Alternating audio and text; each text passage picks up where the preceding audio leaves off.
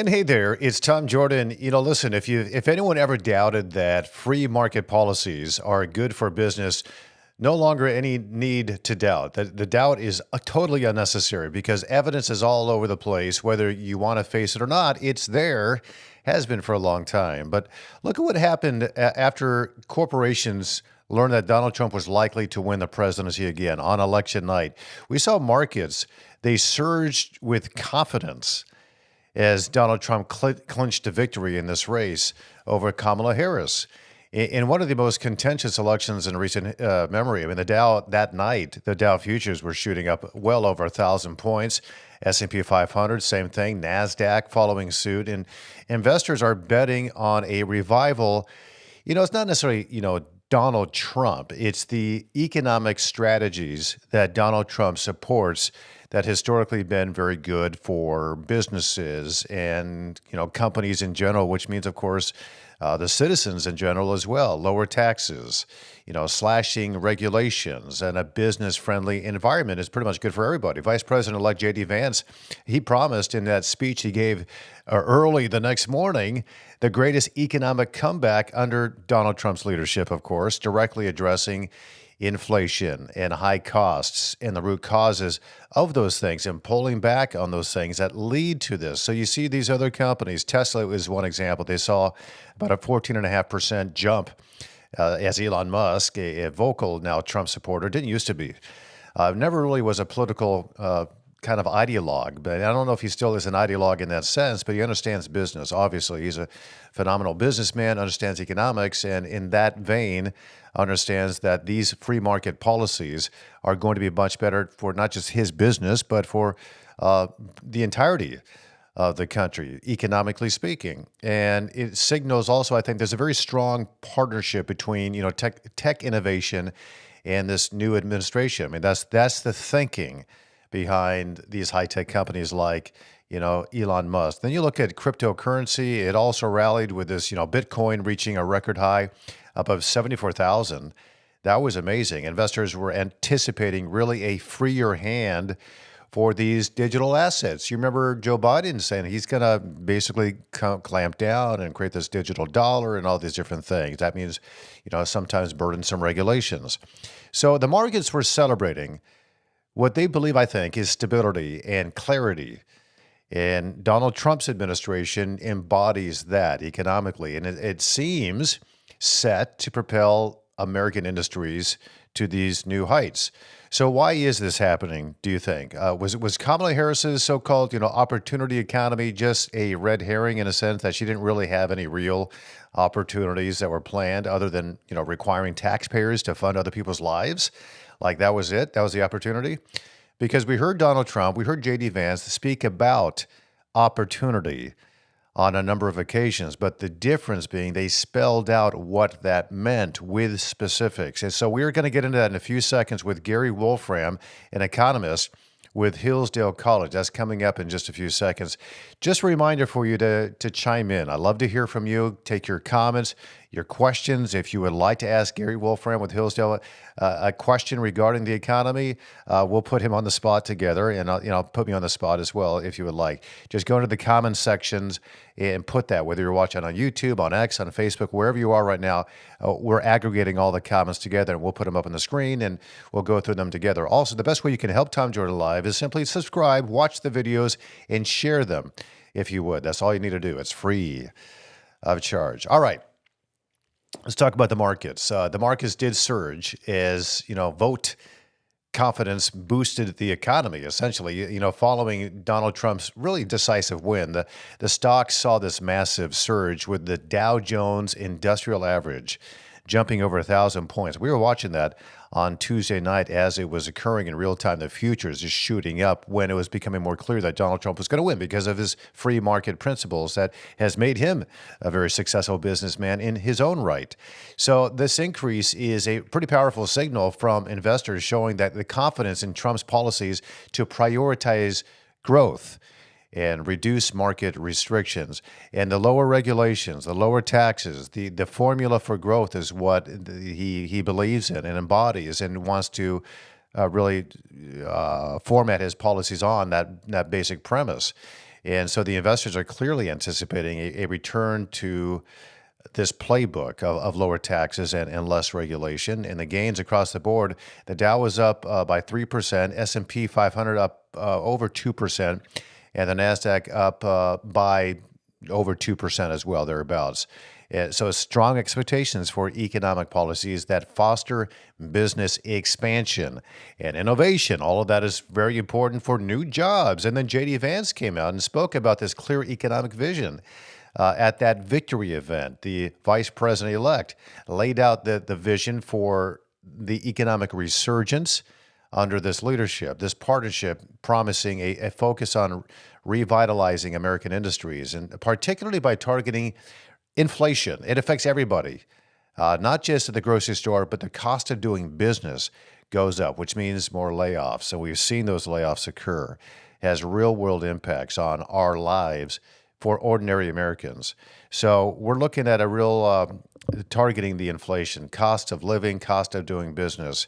And I know it's down from last year's the peak, but it's still 20 some odd percent higher than it was just a few years ago. So we want to get into this today with one of my favorite economists out there from one of my favorite colleges that is out there in this country. Gary Wolfram joining us, a great economist from Hillsdale College. Gary, it's so good to have you back. I thank you so much for taking the time to join me. Appreciate it. Well, thanks for having me again. I enjoy Yeah, being on your program. thank you. It's wonderful. And I'm just curious because I was, we were watching on election night, and it was a bellwether of what, to me, the way the markets react and the way they reacted on election night was really telling in terms of, which of these candidates truly had a more positive impact on the economy and on doing business. What was your general perspective of the difference, I guess, between the, not to criticize either one of these candidates, but the financial economic policies of each one. Why did you, in your view, the markets react to a Donald Trump victory in the way that the markets did? Oh, because there was lots of government intervention involved in the Harris programs, and I'd like to say that my students, you need to see and observe. If you sort of remember that, when Sherlock Holmes, there was his one of the original stories.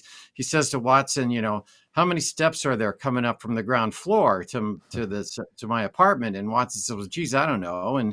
And Sherlock says, well, Watson, how many times have you come up these steps? And Watson says, well, hundreds of times. He says, Watson, the problem with you is you see, but you don't observe. Yeah. And I think that is one of the characteristics of the Harris programs, were that you would see, okay, we're going to put price gouging.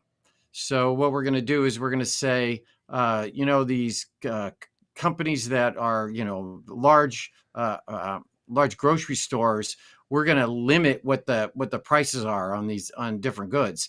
Well, yeah, you could see this price being held down, but you'd have to observe, what, that's going to create a shortage, right? If we set the price below equilibrium, then what's going to happen? Well, what's going to happen is that people are going to want more of it, and producers are going to supply less of it, and so you're going to end a shortage. And so a lot of what was on the Harris programs were attempts to have people see but not observe. So as one of the examples, the example I just gave, but you're not going to observe the shortages that are going to develop once this happens. And in addition, what Ludwig von Mises pointed out in 1927, he says, once government intervenes in the economy, it causes these unintended consequences.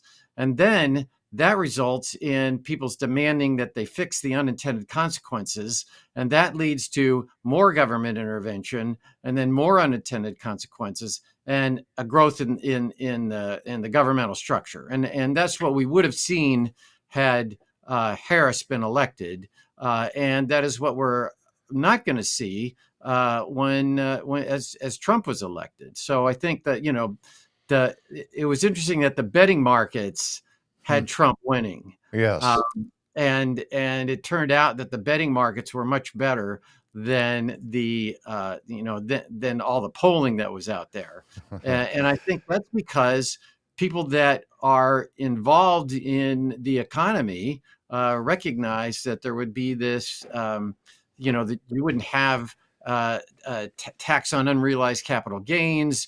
The corporate income tax would remain and where it is right now, and perhaps go lower. Because remember that the tax cuts that inspired all this economic growth at the beginning of the Trump administration was a reduction in the corporate income tax and other taxes, but they were going to they expire in 2025. And so, had Harris won, and particularly if the Republicans had not got control of the Senate, I mean, I think that is an important issue as well, Yeah. is that the Republicans got control of the Senate, and so that the extension of the Trump tax cuts is likely to happen. And so I think that was also a positive, not just Trump winning the election, but the Republicans getting control of the Senate. And to that point, because there's going to be now, likely a lot of pushback to, what the Senate had passed under the Biden and Harris administration. You look at these, grossly, I think, negligent, but massive spending bills that they allowed to go through at the House and the Senate, and then were signed by this administration into law. That directly was tied. I mean, most economists who are honest will say, yeah, this overspending by the government has a direct correlation and causation of the inflation that we saw, the dramatic rise in inflation up to more than 9% by the summer of 2022.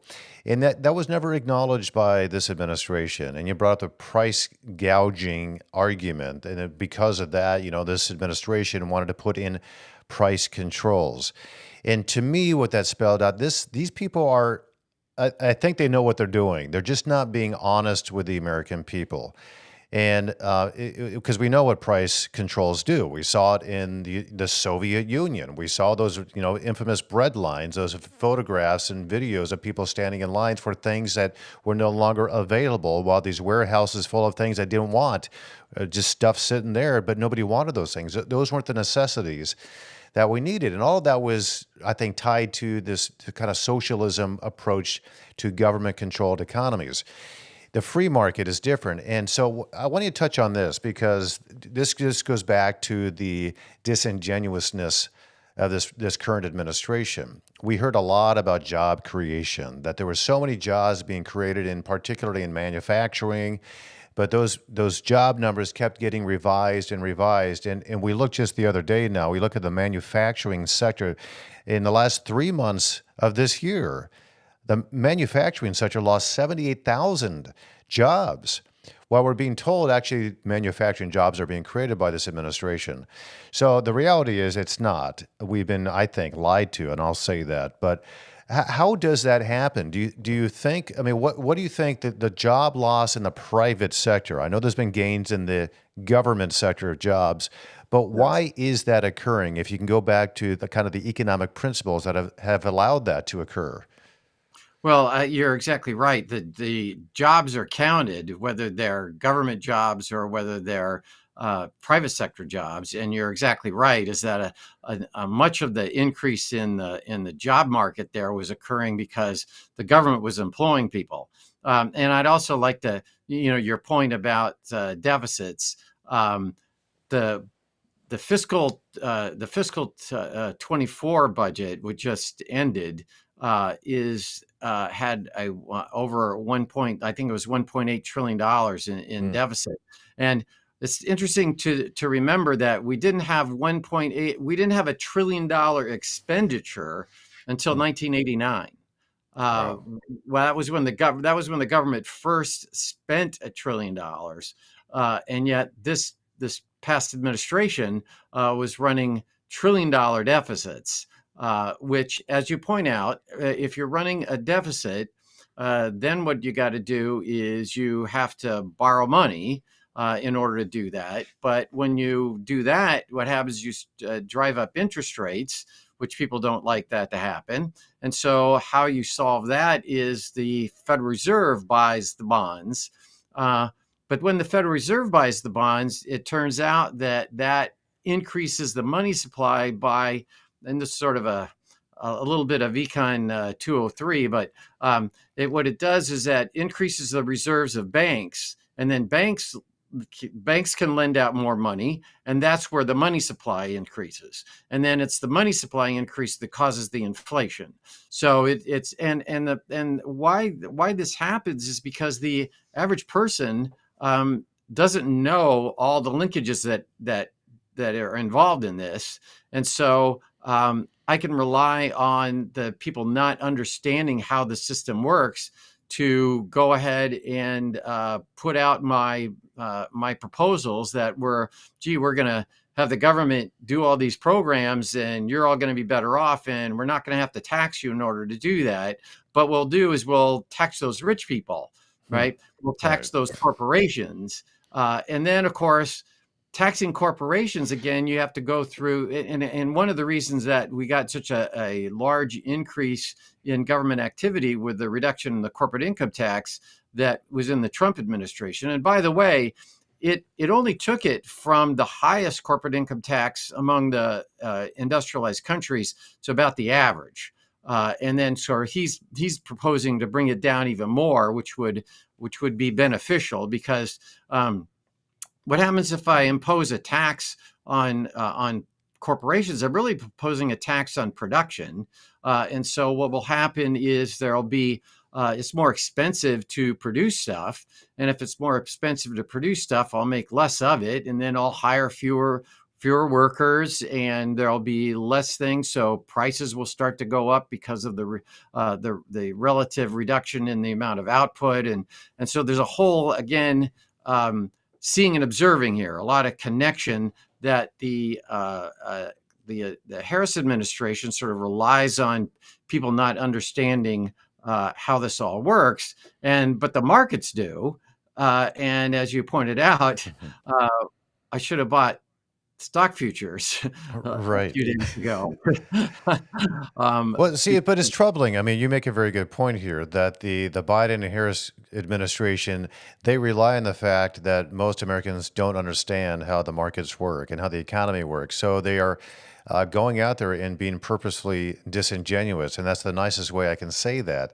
But you have economists like yourself looking at what they're saying, that the reason why prices have gone up, and their excuse and their reason behind it, is because of greedy corporations. So we're going to go in these grocery stores and put price controls on the cost of bacon and all these things.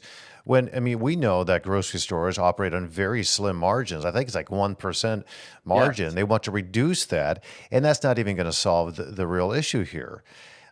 So, I mean, when you see that kind of rhetoric going out there, and then you got there's some other economists who I believe are bought and sold by or paid for by the Democratic Party. They're in league in a sense with the Democratic Party, but economically speaking, I mean, I don't know if anybody truly believes that that is actually the case. I think it's a purposeful amount of deceit in order to take control, whatever their ulterior motive is here.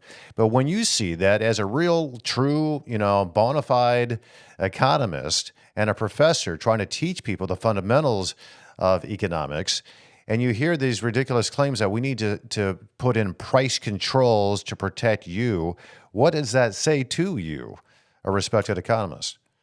Well, of course, price controls. Some of us might be old enough to remember that there was oil price controls, Hmm. and then in the Nixon administration, and we Hmm. all were standing in line waiting to get gasoline, um, Yes. and so that it is clear that if you don't allow the price to go to equilibrium, whereas the quantity demanded equals quantity supplied, if you don't allow that price to rise, then what's going to happen is you're going to have shortages. And again, on the minimum wage, you have a similar situation where people think that if I increase the minimum wage, then what will happen is everybody that's working will get more. Well, if that were true, why don't we increase the minimum wage to $500? I tell my Hmm. students that Right. if we increase the minimum wage to $500, other than people like you and I, we'd get laid off, right? Uh, Yes. and so, uh, and so, again, it's just a matter of sometimes just thinking about things in a somewhat obvious fashion, like I just said. What if we could set the price of food at 3 cents for a pound of hamburger, right? If you could truly lower the price by the government fixing it, well, why not go to 3 cents per pound for hamburger? Well, then the average Mm. person will go, well, wait a minute, that'll probably result in no hamburger being out there. Right. But if you phrase it in a way that makes it look like, oh well, we can take care of this by government intervention, then what happens is you get more government intervention, and that causes more problems.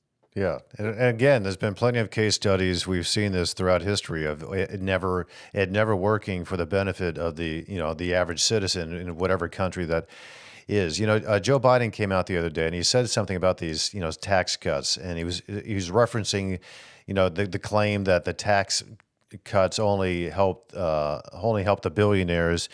And he said something along the lines like, we need to raise taxes on billionaires. And those Republicans, the fact that they don't want to do this, I just want to, I'll paraphrase, smack them in the booty as a result of that. And which was a strange thing for him to say, but to the point that the tax cuts that this Trump administration wants to implement.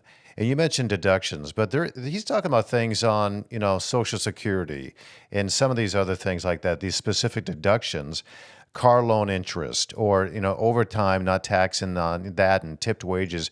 These are things that, and even the previous tax cuts that are set to expire next year, I'm a middle class guy. I benefited greatly by those tax cuts. So can you identify how the Trump administration tax cuts back when he was president benefited not just the billionaires, but also lower and middle class earners in this country? Well, one of the things to think about is that if you cut taxes on the billionaires, how did you get to be a billionaire, right? Hmm. This is a system of voluntary exchange. That's how markets work. I can't force you to buy my stuff. So the way that I can get wealthy is by making things that lots and lots and lots of people want. If you think of why, if white people that started Microsoft, I know I asked my students, how many use Microsoft? Well, almost all of them raised their hand, right? Hmm. And they're not wealthy. And so what happens is, if what you can do is you can produce something that lots and lots of people can use, then you're going to get there. You're going to get to be, wealthy. And so very few there. I forget the exact numbers, but very few billionaires actually inherited that money.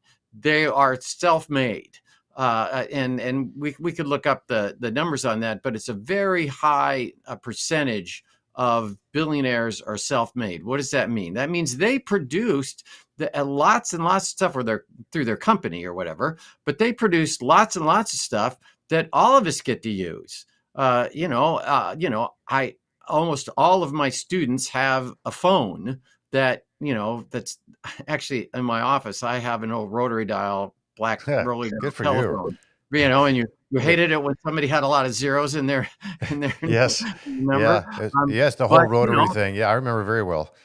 even look at, if you're looking at things where they're on the news where they're showing people in poverty, they all have phones. Mm. And so billionaires, why do you want to reduce the taxes on billionaires? Because you're really reducing the taxes on producing things that lots and lots of us are going to gain.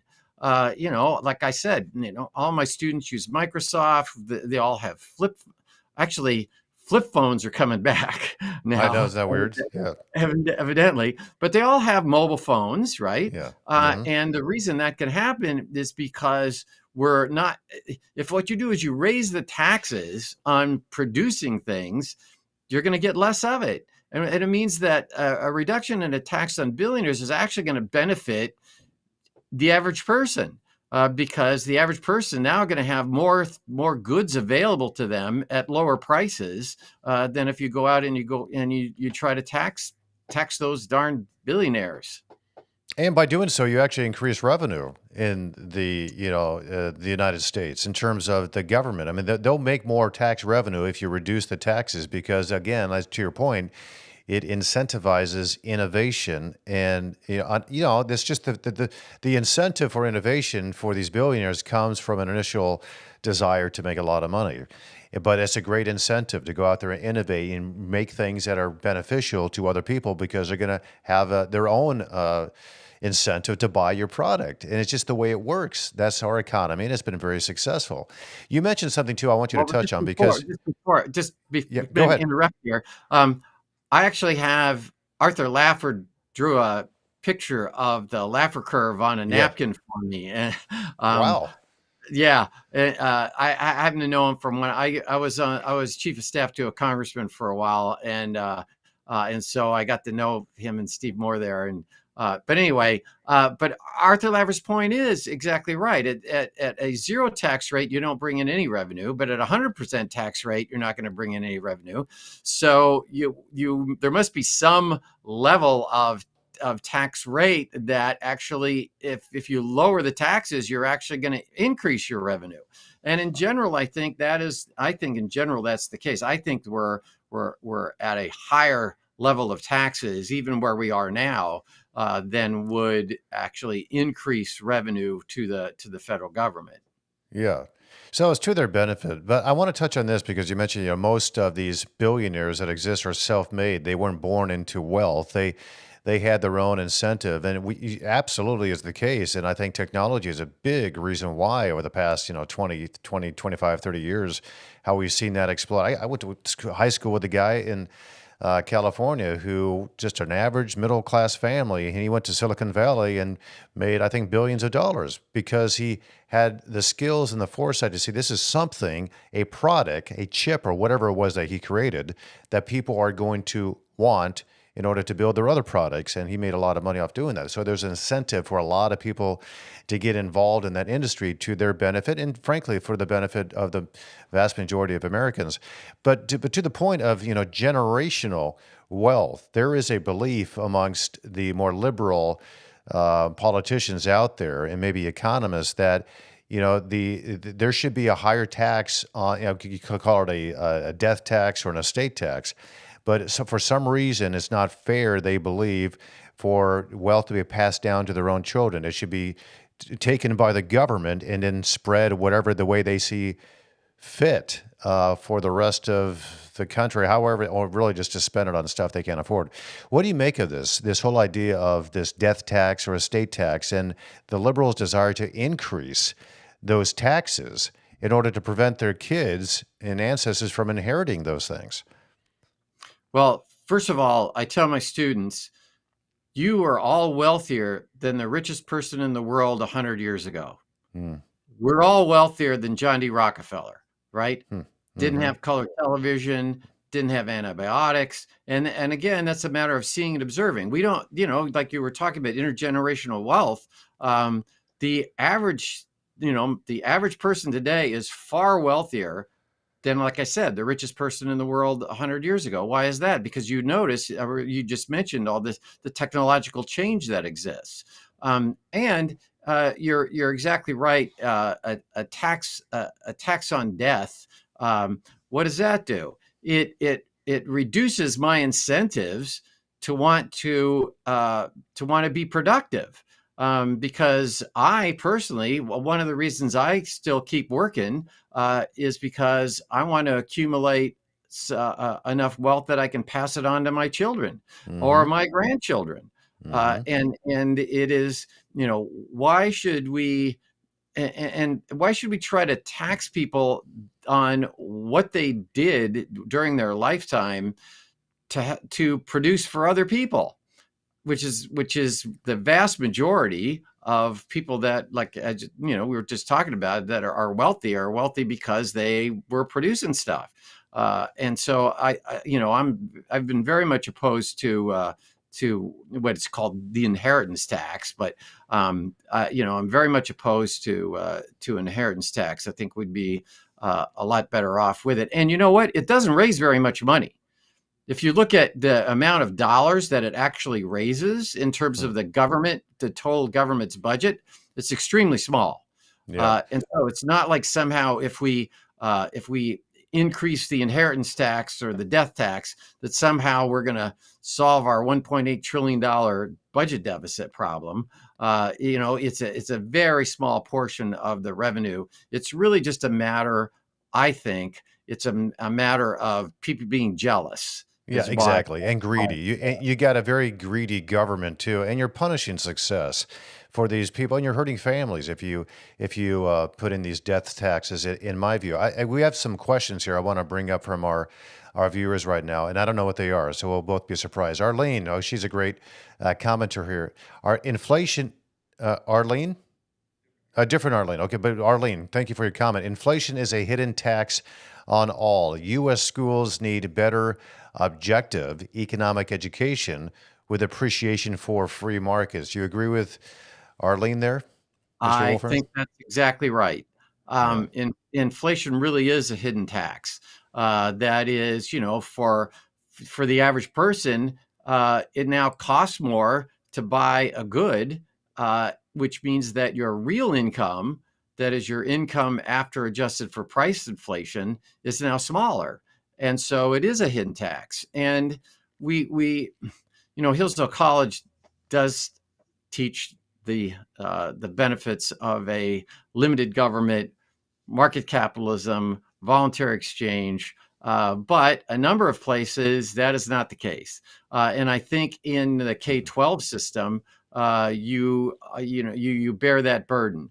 And so she's exactly right that it would be useful if maybe if we required everybody to read Ludwig von Mises's Liberalism that he wrote in 1927. And which is sort of interesting because this was the Roaring Twenties, and he predicted the Great Depression. He predicted World Wow. War II. He predicted the fascists would start World War II, that they wouldn't win, all based on, and prohibition would fail. The only constitutional amendment that was repealed, all based on a change in the political philosophy that from a belief in limited government and markets as a way of allocating things to government intervention. And of course he was right that all those things happened because we had a progressivism in the United States and fascism in Germany and socialism in Great Britain. So exactly right. We should be teaching our students why it is that markets are the most efficient way of allocating resources. And what Mises points out, it's the only way to create wealth for the masses. There's no other way to create wealth No. for the masses. Right. Everyone else will be just equally in poverty. There's a way that socialism ends up working out, and I am gravely concerned about our K through 12 systems, and I am grateful also because I know that Hillsdale College is actively involved, not just in the college aspect, but going in and creating these classical academies, which I know they're popping up all over the country. In fact, a friend of mine in Fargo, of all places, works at a classical academy that's sponsored by Hillsdale College, and I know they're here throughout Michigan as well, and the other states. Yeah. So that's a great thing that Hillsdale is doing. We got a couple other comments here I want to bring up here real quickly. Let's go to Lee Santiago. Thank you, Gary and Tom, for this topic. What don't we, as working class people, understand about the economy? Why do we fail, or why do we fall for Democrats' lies about the economy? What do you think? Well, I think it's a matter of seeing and observing, right? I mean, the average person, well, like I tried to tell my students, I said, look, 9 million people woke up in New York City today, and there was exactly the right amount of Starbucks coffee, and the exactly right amount of peanuts, and the exact amount of everything else. In fact, I say that so often, my students actually made a little cup that has that on there, and and we should just be amazed at that, right? I mean, this is an amazing thing. And so we should then start thinking about, okay, how in the world does that happen? And of course, it happens because of the price system. If there's too much of something, then what will happen is that, they'll start lowering the price and not making so much, and more people will want it, and it will eventually get into more of an equilibrium. And so I think it's really a matter of um, getting people to sort of again seeing and observing, and I think that it would be it's there's a number of useful this books. I for example, as I said, Mises' Liberalism in the Classical Tradition. uh, I have my students read Hayek's Constitution of Liberty, which he wrote in 1960. And I think that is one way is to, again, like you pointed out, Hillsdale College has been working on developing a K-12 academic program that would allow people the children to learn actually how it works, and again to see and observe. As I say, how in the world does it happen that if there's a shortage, it's on the news, right? Yeah, And right. but Yeah. but if this were Venezuela, it wouldn't be on the news because that's what the norm is, right? The shortages are the norm. And I always, and I tell my students, look, where does innovation occur? As you pointed out a little bit earlier, my mom never once said, "Boy, I can hardly wait for the next Soviet washing machine to come out," right? Right. They don't make them. No, You know, and so that we yeah, saw the we're results of government intervention and what that led to in 2020. We had so many bare shelves across this country that we hadn't yeah. seen in not in my lifetime. And why was that? It was because the government stepped in and shut down private industry. They shut it down altogether, and what that led to was a crisis. And that they blame the supply chain and all. Well, how did the supply chain crisis start? It started because the government intervention shut down Mhm. the economy really across the world. And so that what would you see as a result of it? You saw shortages for months and months and months. So that was another real example that just happened in very recent history. Let's bring up another comment here, a question. Orlando Hodges. Hey, how are you, Orlando? Orlando's a great guy.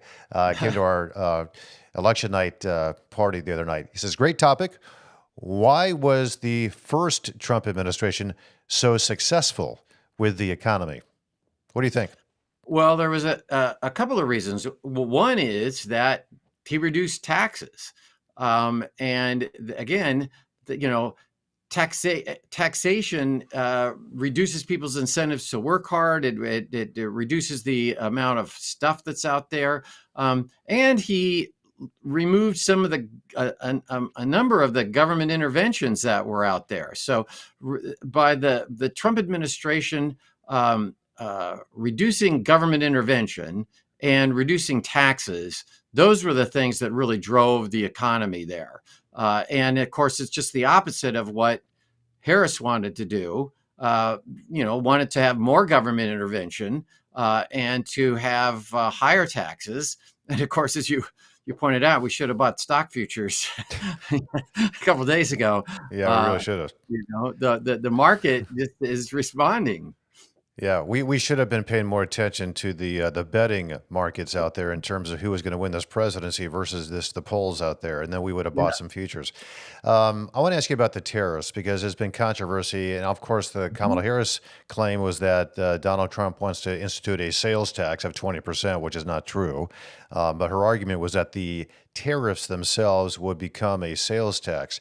And then I hear Donald Trump come out and say, I mean, just the other day he was talking at length about how he, because of the tariff threat, prevented the largest auto manufacturing plant to be built by China in Mexico in order to sell all of those cars in the United States. And he said, if you do that, I'm going to put in a 100% tariff on it. He threatened them doing that. What did they do? They backed off. They decided we're going to build a plant in the United States instead, so there will be no tariff. So I know it's a game he's playing here. It's a little bit of a negotiation tactic here. But generally speaking, what do you think about his proposal on these tariffs? Are they just a threat, or will he put them in? And how might that impact the economy? Well, a couple of things. One is I am in favor of a reduction in tariffs. The what it does is it makes it more expensive to buy goods and services, and but I actually answered this on another radio program a while back, that I think Trump is using tariffs as a mechanism to reduce government interventions, and to make it so that there's less tariffs being done by other countries. And so I think that it's basically a mechanism to reduce the government intervention from other countries. And I think that he's been successful with that. I don't really think that he would have a 60% tariff on all Chinese goods or whatever. But China doesn't really know whether that's going to happen or not. So China is a very interventionist in their and how Mm. they not only deal with their own economy but in other economies. Um, uh, they steal intellectual property rights and Yeah. things like that. So I think that that's I got actually a guy named Don Boudreau, who's an economist at George Mason University. He has some very nice explanations about why we shouldn't be placing tariffs on things. But if they are another reason might be is for national security reasons. It may be that you want to do things which, if this other country is a security threat, maybe you want to do things like have tariffs in order to affect or threaten tariffs to affect what they're going to do. Yeah. Notice that prior Mhm. to 1913, when we got the constitutional amendment for the income tax, tariffs actually were the funding mechanism for your federal government. And maybe we wouldn't Mm. have such a big federal government if we just had to rely on tariffs. Yeah, that would be actually nice to go back to those old 1913 days when, yeah, and then the federal income tax, that was non-existent. I know they temporarily put it in to help fund the Civil War and whatnot. They got rid of it, but they said, hey, we kind of like this little extra cash we're getting here, so let's reinstitute that. I know Also, that the Fed is. 1913 was also the Federal Reserve came into existence as Yeah, well. see, right. So that's things really changed a lot after that. So speaking of the Federal Reserve, their second day of meetings is today, and they're going to come out, I believe, about 2 o'clock this afternoon. Jerome Powell is to make a decision about cutting rates, and the thinking is that it's going to be a 0.25% rate cut. Do you agree with that sentiment? And how might that benefit or hurt the economy, inflation? How is this all going to be impacted, do you think, by whatever is decided later today? No, I think reducing the interest rate will be beneficial to the economy as a whole. Actually, it's again, if you go back to Hayek was talking about why is it that the government should be setting interest rates, right? The market should be setting interest rates, and I think that is part of the problem when with the Federal Reserve is it's out there. It is the thing setting interest rates rather than allowing the market to set the rate, and so you had this massive. First of all, they hold the rates at zero for a very long period of time, and which also distorts people's decision about when to produce things and whether I should be, if I'm a producer, whether I should be, producing the goods or should I be producing the manufacturing items that are going to make the goods. But then they all of a sudden they raise the interest rates, and I don't know what happened to your 401k or your 403b, but it was not good for mine. And so that affected people's ability to retire and all sorts of things. So I think it will be beneficial for the Federal Reserve to basically get out of the business of setting interest rates and just worry about the money supply, That would be and nice. try and just work about and try not, which is Friedman wanted to do, right? Yeah. Just increase the money supply at the rate of output increase in order to hold prices relatively constant, and that is what the Fed should be relying on, not trying to alter the interest rate. But it did move this interest rate up very high, and I think it would be very beneficial for the Fed to sort of get out of the business of trying to affect the economy by moving interest rates around. Yeah. We'll see. We'll see if that happens. But as it relates to 401k, I actually buried my head in the sand for a number of months there because it was better for my mental health and my anxiety levels started to go down. Not smart, I know, to ignore the truth out there, but it helped me out a great deal. I think, at least mentally. I appreciate you so much, and people really should pay attention to you. And I recommend. And I say this to other people in my personal life, go to Hillsdale College and take their online courses as it relates to the economy. There's a whole slew of online courses that are free, but you teach a great one there, and it's online. Gary Wolfram, it's a privilege, it really is, and a pleasure to have you back on this program. Gary Wolfram is a great economist out of Hillsdale College. Thank you so much. Good to see you. Take care. Again, thanks for having me. You got it. Good to talk to you. We'll talk again soon. Thank you. All right. Yeah, it's amazing. So it does, I tell people this as, some people say, well, it doesn't matter who's president because the president has very little power. I don't think most people believe that anymore. I think that the policies that are implemented, yes, it takes the Senate, of course.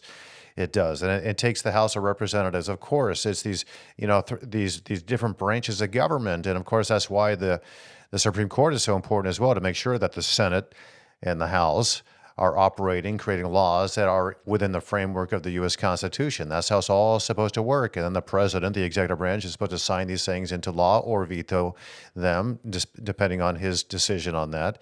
But all of it has a direct impact, especially these economic policies, on what is going to happen. And if you can't see it, and I get frustrated with some of these economists that are so partisan, trying to claim over the past 3.5 years under Joe Biden and Kamala Harris that our economy has never been stronger, that the job creation has been tremendous, and they get these specific data points to share with you, but what they're not telling us is that, yeah, these jobs that are being created are the ones that are being funded by the government.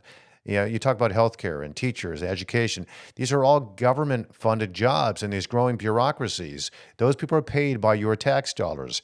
Those jobs, yeah, they've been created, which is not necessarily a good thing. You're expanding government. And in the meantime, the private sector has been shedding jobs like crazy.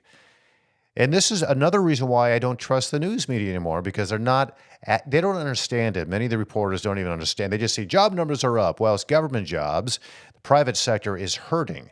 They're hemorrhaging jobs by the tens of thousands. And that includes these high-tech jobs that we just a few years ago were promised if you get into high-tech, you're going to get a great paying job. If you get into these STEM fields, great jobs in the private industry, in the private sector. Not anymore unless things change. And I just mentioned manufacturing. The past 3 months alone, it was like almost 80,000 jobs were lost just in manufacturing in this country. You're not hearing a whole lot of that by the legacy media news outlets, and they've got to change the way they do things too. That is a corrupt industry, in my view. All right. Speaking of the Senate, obviously the Republicans have taken control with former President Donald Trump's reelection in this. The GOP is also gearing up now to decide its next Senate majority leaders. So you got Minority Whip John Thune, senator from the Dakotas up there. You got Senator John Cornyn, and then Senator Rick Scott. They are all vying for this role to be the Senate Majority Leader after the first of the year. And Donald Trump's potential influence looms pretty large in this, even if he hasn't openly backed anyone to this point. So his choice, or even just his silence on this, could sway votes in this secret ballot contest because they decide amongst themselves who's going to lead the Senate. It's a crucial position. Mitch McConnell has been in that position, the leader of that the GOP section of the Senate for many, many years. So Scott is the only candidate with a really consistently good rapport with Donald Trump, and that may still he still may face some challenges in this, given his limited backing from the conservative bloc in the Senate. So a little bit here about each of the potential, Senate majority leaders that I want to bring up. So there's Thune. His position on this. Some people call him Thune. We'll just call him Thune. It's spelled Thune, but I call him Thune because it sounds snappier. Thune hinted that Trump's endorsement of him could shift the race. But he's also been open to letting the process play out to ensure that the best choice for GOP leadership. That's John Thune. Now there's John Cornyn. Now here's a little bit of his background here. Cornyn has clashed with Donald Trump before. And the legacy media outlets have really played that up. Oh, there's division among the ranks, which might be a bit of a stumbling block if Trump does weigh in on this. But again, Donald Trump has always been open to disagreements and negotiations and argumentation to get to the best point. And he's befriended, again, many people who have opposed him in the past, and they've worked out a deal. It's the art of the deal. That's how Donald Trump operates. This Scott, he's in a very unique position. Senator Scott is the only candidate with this really positive history with Donald Trump. He could gain traction among the conservative GOP members.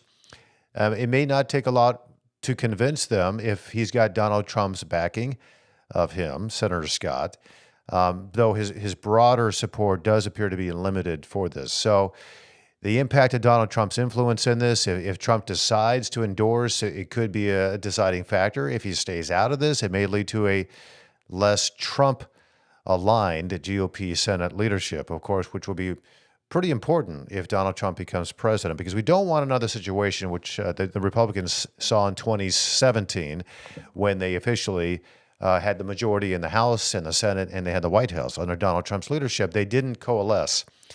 They didn't have strong leadership, and there wasn't a lot that they were able to do because of the infighting and remember Obamacare, the infamous promises to get rid of that quote unquote Affordable Care Act, which was just the opposite. It made insurance premiums go through the roof. Even Democrats at the time were admitting that, including Alyssa Slotkin.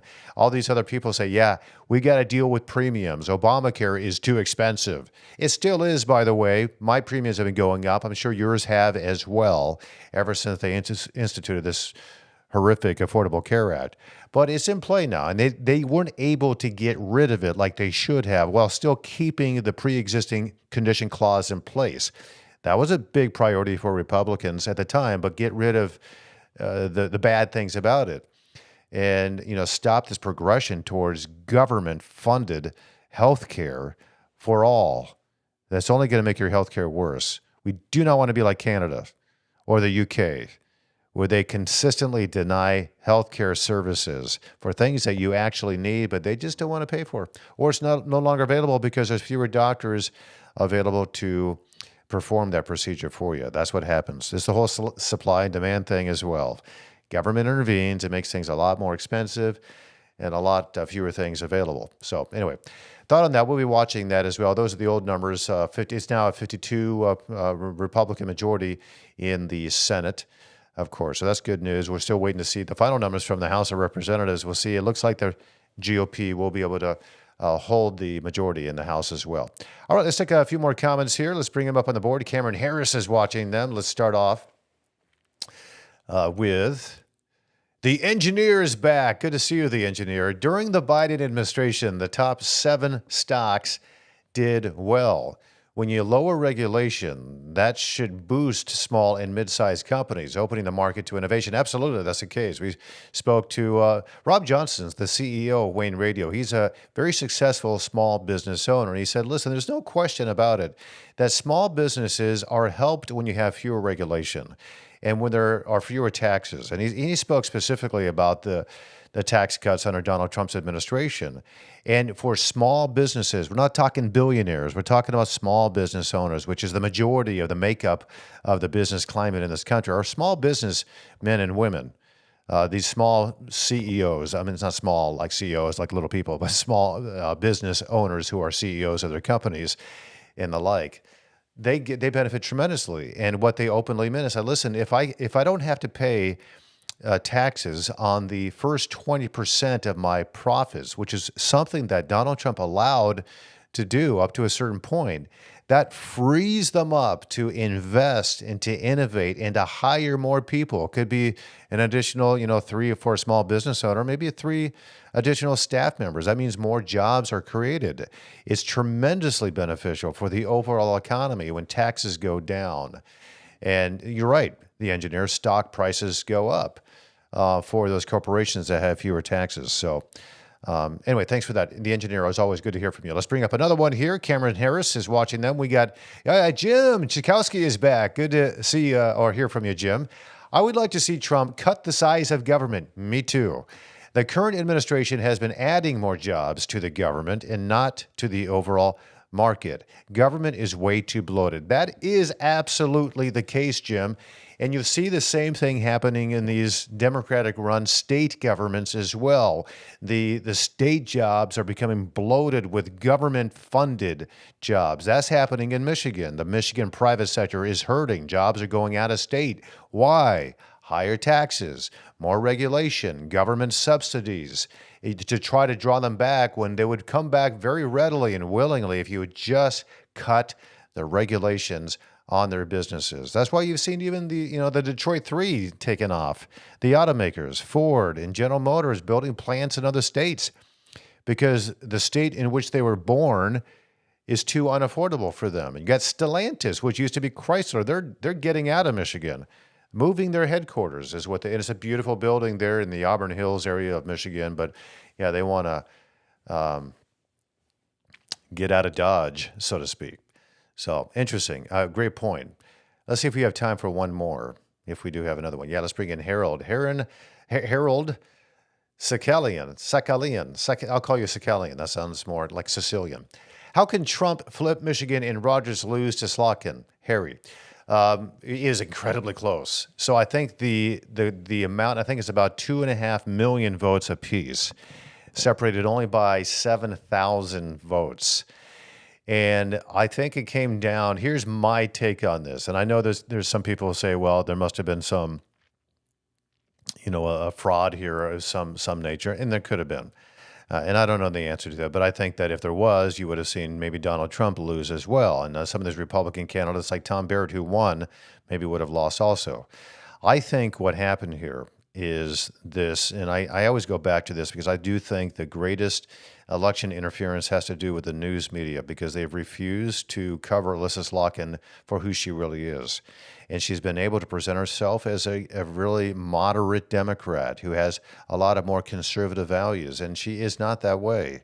And she's very good at feigning that. Now listen, I hope that she looks at this. My hope is that she realizes, all right, I only won by 7,000 votes out of 5 million votes, I think that were cast in this race thereabouts. They each, Mike Rogers and Alyssa Slotkin, each got about 2.5 million votes apiece. And 7,000 of those votes is what separated them thereabouts as well. I hope that Alyssa Slotkin says, yeah, I need to truly govern more towards the middle because half of the voters in this state who elected me didn't want me. Half of the voters in the state, they wanted someone who was truly more conservative. And maybe I should be that way. That's my hope that she's thinking that way. I hope that the Democratic Party wakes up that they have been taken over by this far left ideology and these far left progressives who only want to do harm to this country. And she has, in all honesty, voted along with them. And she's defended many of these far left policies. And many of them are just immoral stuff, and they hurt people. And most Americans don't even agree with these, but they don't know about them enough yet because of a dishonest media. So I wish her the best in the sense that I do hope that Alyssa Slotkin governs truly from the middle. She calls herself the most bipartisan, in the House of Representatives, and she wasn't. But I hope she becomes one, and I do wish her the best. So that's my thought on that. If that makes sense. I'm hoping for the best. We'll see. I don't know if it will happen based on the recent history. Time for one more comment here, then we're going to have to say goodbye for now. Ram is back with us. Hey, Ram, how are you? Amazing how lessons have to be relearned over and over. This is an indication that we are regressing, not progressing. We're going at the speed of the left, slowing us down. What a contrast to America's former self. Isn't that true? Why do we have to keep relearning over and over these very important lessons? And it's generation by generation. And I think the reason why that's the case, Ram, is because of our academic institutions. The kids that are being raised now are being taught things that are not accurate.